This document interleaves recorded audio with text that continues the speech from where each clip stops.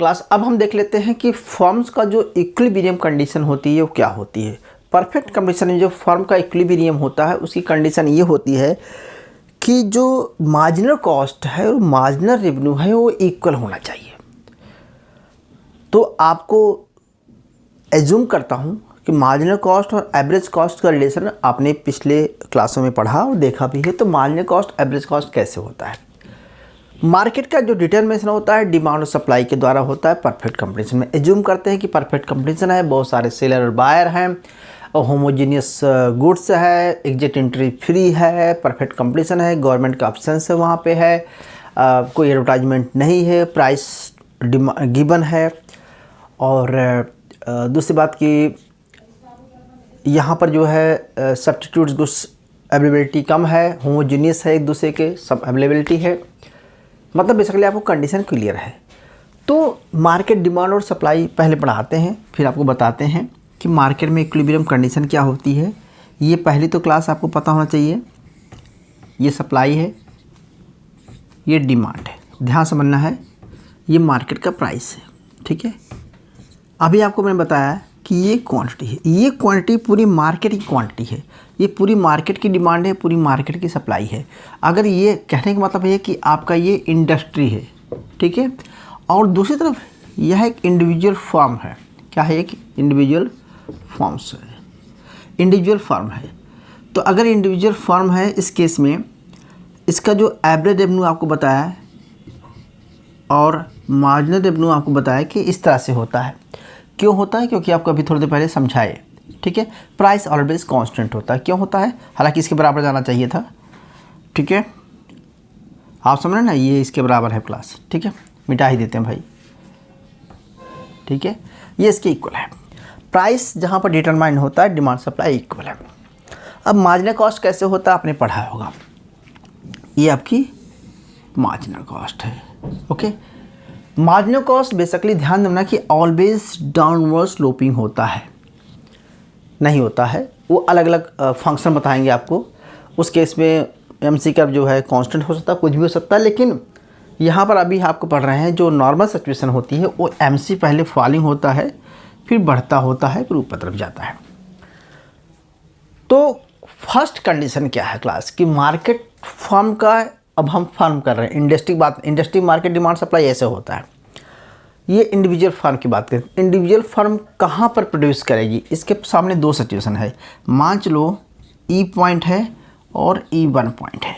अब E1 पे production करेगी या E2 पे प्रोडक्शन करेगी, आपके पास दो इक्विलिब्रियम है।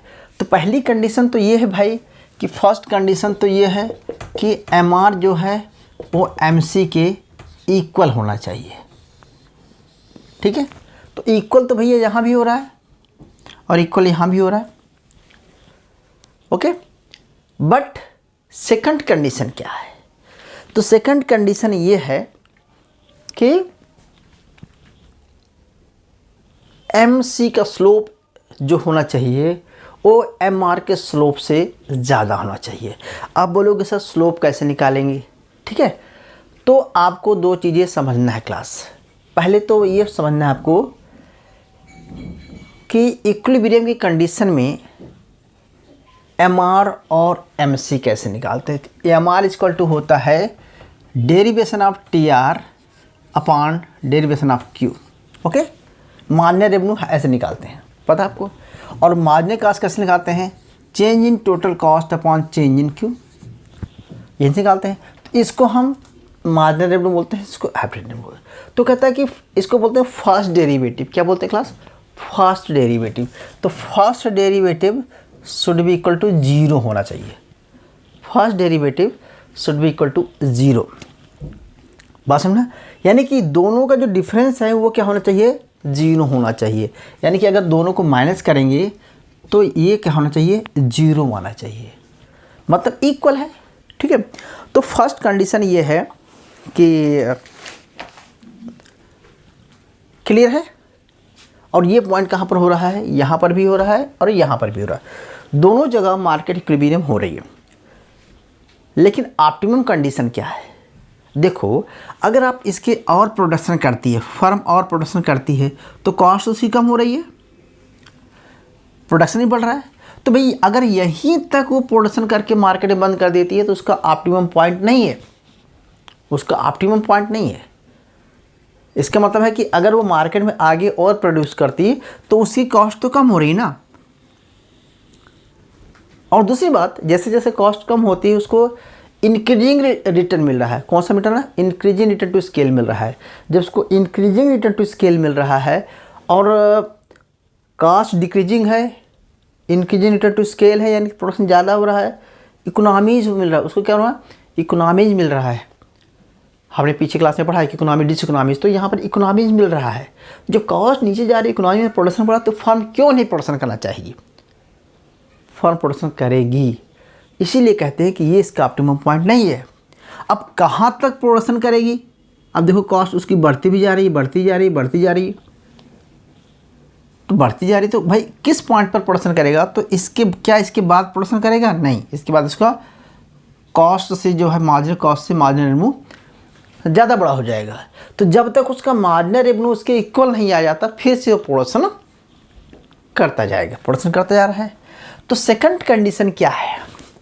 सेकंड कंडीशन होती है कि पहली कंडीशन तो ये है, सेकंड डेरिवेटिव कहता है, मतलब first derivative should be equal to zero, second derivative should be negative. क्या होना चाहिए? Second derivative greater than zero होना चाहिए। तो अगर second derivative delta T R upon delta Q minus delta T C upon delta Q should be zero, यानी कि zero से बड़ा होना चाहिए। क्या होना चाहिए? जीरो से बड़ा होना चाहिए। यानी कि इसका निकालेंगे तो जीरो से अधिक होगा, ये जीरो से इक्वल होना चाहिए। तो ये कंडीशन यहाँ पे आ रही है।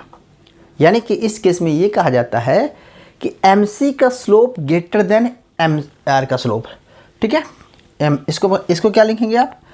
MR ग्रेटर देन MC हो जाएगा। ठीक है, तो आपको दो कंडीशन पढ़नी है। पहली कंडीशन है कि एक दोनों इक्वल होना चाहिए। दूसरी कंडीशन, अच्छा इसको क्या बोलते हैं? स्लोप। क्या बोलते हैं? स्लोप। किसका स्लोप? और ये भी है स्लोप, दोनों चीज़ों का स्लोप है। ठीक है, ये इसका स्लोप है, ये इसका स्लोप है, लेकिन MC का स्लोप जो है MR के स्लोप से बड़ा होना चाहिए, तो वो उसका ऑप्टिमम पॉइंट रहेगा, इक्विलिब्रियम। क्लियर हुआ? थोड़ा सा मुझे और हट के बताना चाहिए था। बेसिकली मैं आपको ये बताना चाहता हूँ कि ठीक है, marginal cost marginal revenue equal है परफेक्ट कंडीशन में, लेकिन ऑप्टिमम पॉइंट उसका नहीं है, ऑप्टिमम प्रोडक्शन नहीं है, ये ऑप्टिमम प्रोडक्शन यहाँ होगा। और इस ऑप्टिमम प्रोडक्शन पे ये कंडीशन दोनों फुलफिल होती हैं, क्योंकि नीचे से भी काटता है, इसका MC का स्लोप ग्रेटर देन MR का स्लोप, और ये हमारे एब्सोल्यूटली इक्वल होता है। यहाँ पर इसका ऑप्टिमम प्रोडक्शन होगा, मैक्सिमम से मैक्सिमम जाएगा। ठीक है, ये इसलिए इसको बोलते हैं इक्विलिब्रियम कंडीशन। क्लियर है? आगे हम आपको जब प्रॉफिट मैक्सिमाइजेशन पढ़ाएंगे या कॉस्ट मिनिमाइजेशन पढ़ाएंगे, वहाँ आपको हम फर्स्ट डेरिवेटिव सेकंड डेरिवेटिव दिखाएंगे, या प्रॉफिट कैसे निकालते हैं। तो वहाँ पर जो है टोटल कॉस्ट और टोटल रेवेन्यू के पॉइंट ऑफ व्यू से प्रूव करेंगे, तब आपको वहाँ पर प्रूव करके दिखाएंगे कि भैया किस तरह से मार्केट में कितने प्राइस पर कितनी क्वांटिटी को कितने प्रॉफिट पे ले रहा है। जब थोड़ा सा और आगे बढ़ेंगे, तो अभी बेसिक है, अगर हम यहीं पढ़ लेंगे तो आपको थोड़ा सा कन्फ्यूजन लगेगा। ठीक है, उम्मीद करूँ समझ में आया होगा।